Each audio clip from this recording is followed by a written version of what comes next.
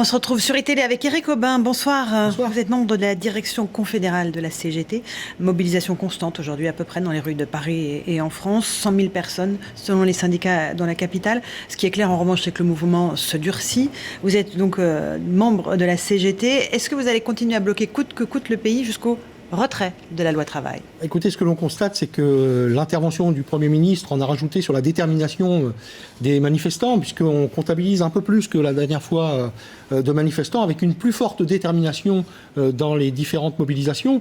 Donc je pense que le gouvernement doit prendre conscience que oui, la CGT, les salariés qui sont aujourd'hui dans les rues sont déterminés et veulent le retrait de la loi et rediscuter, parce que nous avons des propositions, contrairement à ce que veut laisser entendre Manuel Valls. Sur l'article 2, le fameux article 2 qui bloque ? Notamment sur l'article 2. Bon, il y a plusieurs articles. Il y a la facilité de licenciement, il y a le référendum d'entreprise, et il y a cette fameuse article 2 qui, effectivement, inverse la hiérarchie des normes.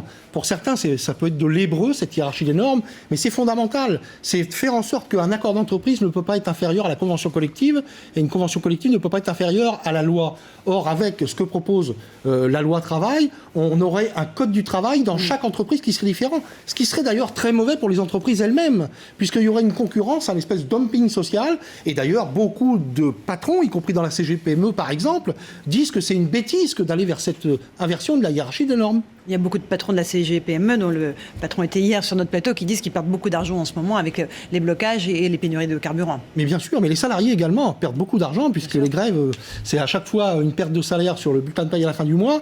Et ce que nous souhaitons, nous, c'est qu'au plus rapidement possible, le gouvernement entende et se mette autour de la table. Je ne comprends pas l'entêtement de Manuel Valls. Alors, vous dites concrètement qu'il n'y a aucun lien, aucun contact, aucune discussion en ce moment entre la CGT et le gouvernement de Manuel Valls, c'est ça ? Écoutez, non, mais malheureusement, j'ai tendance à dire que depuis qu'ils sont au pouvoir, depuis 2012, il y a eu effectivement un manque de dialogue, notamment avec la CGT. Je crois que le gouvernement a pensé qu'il pouvait s'appuyer sur une organisation, pour ne pas la nommer la CFDT, et qu'il pourrait engager ses réformes avec la seule CFDT. Eh bien, c'était une erreur. Et aujourd'hui, on rame du côté du gouvernement pour trouver des interlocuteurs à la CGT, pour effectivement y trouver les portes de sortie. Eh bien, le dialogue social, ça ne se construit pas comme ça. Donc vous dites qu'en ce moment, le gouvernement toque à la porte de la CGT pour tenter de renouer le dialogue et qu'il n'y a plus rien qui se passe. On le sait à travers nos branches professionnelles, qu'ils tentent de regarder branche par branche comment se sortir de la situation. C'est le cas des routiers notamment, où ils ont accordé finalement les heures supplémentaires qui resteraient à 25 et 50%. Mais aujourd'hui, c'est pas comme cela que le dialogue social doit se tenir. D'ailleurs, nous sommes très critiques sur la qualité du dialogue social en France. Nous le disons depuis des mois, donc c'est pas nouveau. Je crois que pour avoir un vrai dialogue social, il faut du respect, de la confiance dans la durée. On n'a pas ces conditions-là de créer pour effectivement avoir un dialogue social de qualité qui permettrait de sortir de cette situation. Vous étiez, je crois, en charge des retraites en 2010, lors du précédent gros blocage national. Là, pareil, il y avait un blocage des dépôts d'essence, de raffinerie. Qu'est-ce qui est différent par rapport à 2010 en 2016 ? Écoutez, 2010, on a quand même eu 2 ans quasiment de mobilisation, puisque les premières étaient en 2009, janvier 2009, contre la crise et ses conséquences. Donc on avait construit cette mobilisation qui avait amené à 3 millions de personnes au mois de septembre 2010 dans les rues. Je crois que l'erreur que n'avait pas faite la droite en 2010, c'est notamment de maintenir le dialogue. Je sais que moi, personnellement, j'ai eu beaucoup de réunions avec le ministère du Travail de l'époque. C'était Éric Woerth, le ministre du Travail. Alors certes, en termes de résultats, je n'avais pas dû être brillant, puisqu'on avait eu quand même la retraite à 62 ans qui avait été votée derrière. Mais néanmoins, on avait réussi à maintenir le dialogue. Ce que le gouvernement socialiste, aujourd'hui, n'a pas réussi à faire. Et malheureusement, il en paye les conséquences. Est-ce que vous ne craignez pas de vous couper un peu de l'opinion en continuant les blocages ? Est-ce que vous ne risquez pas de perdre la bataille de l'opinion au fil des jours ? Et justement, ce qui est le constat que l'on fait à travers les sondages, les nombreux sondages, parce que tous les jours on en a un nouveau, c'est que 70% environ des Français considèrent que cette loi travail est effectivement doit être retirée, qu'elle est mauvaise.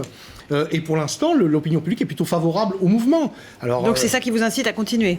Mais oui, parce que les salariés ont bien compris qu'ils n'avaient pas intérêt à ce que la loi travail rentre en application. Donc je crois que le gouvernement doit entendre cette opinion publique. 70% depuis des semaines, voire des mois, parce que ça fait 3 mois qu'on est dans l'action. Je crois que le gouvernement aujourd'hui doit entendre la rue. François Hollande soutient Manuel Valls. Comment vous expliquez la stratégie de l'exécutif français ? Écoutez, je ne sais pas trop où ils veulent en venir. Néanmoins, j'entends une musique différente du côté des parlementaires, puisque depuis avant-hier, certains portent l'idée qu'on puisse rediscuter autour de l'article 2. Donc je pense qu'il y a une porte là qui peut s'entrouvrir et faire en sorte que l'on reprenne les discussions. Je crois que si Manuel Valls fait comme cet après-midi, continue de taper sur la CGT et de dire nous ne bougerons pas, nous resterons droits dans nos bottes, eh bien je crois qu'on ne va pas sortir de cette situation demain. Vous avez des contacts avec donc des députés de gauche, très clairement. Les députés, oui, bien entendu, ils ont des contacts dans leur permanence, dans leur territoire, au niveau national, et donc nous savons que certains effectivement considèrent que la seule solution pour sortir de cette crise, c'est de rediscuter de cette loi, et je crois que Manuel Valls doit les entendre. Une dernière question, Eric Aubin. Vous êtes aussi chargé des négociations chômage avec le MEDEF. Est-ce que l'accord est proche ou est-ce que vous êtes très pessimiste ? Écoutez, je suis plutôt pessimiste, puisqu'on la prochaine séance de négociation aura lieu lundi prochain. La petite musique qu'on entend du côté du MEDEF, c'est que le dossier pourrait être redonné à l'État, c'est-à-dire qu'il pourrait rompre les négociations sur l'assurance chômage.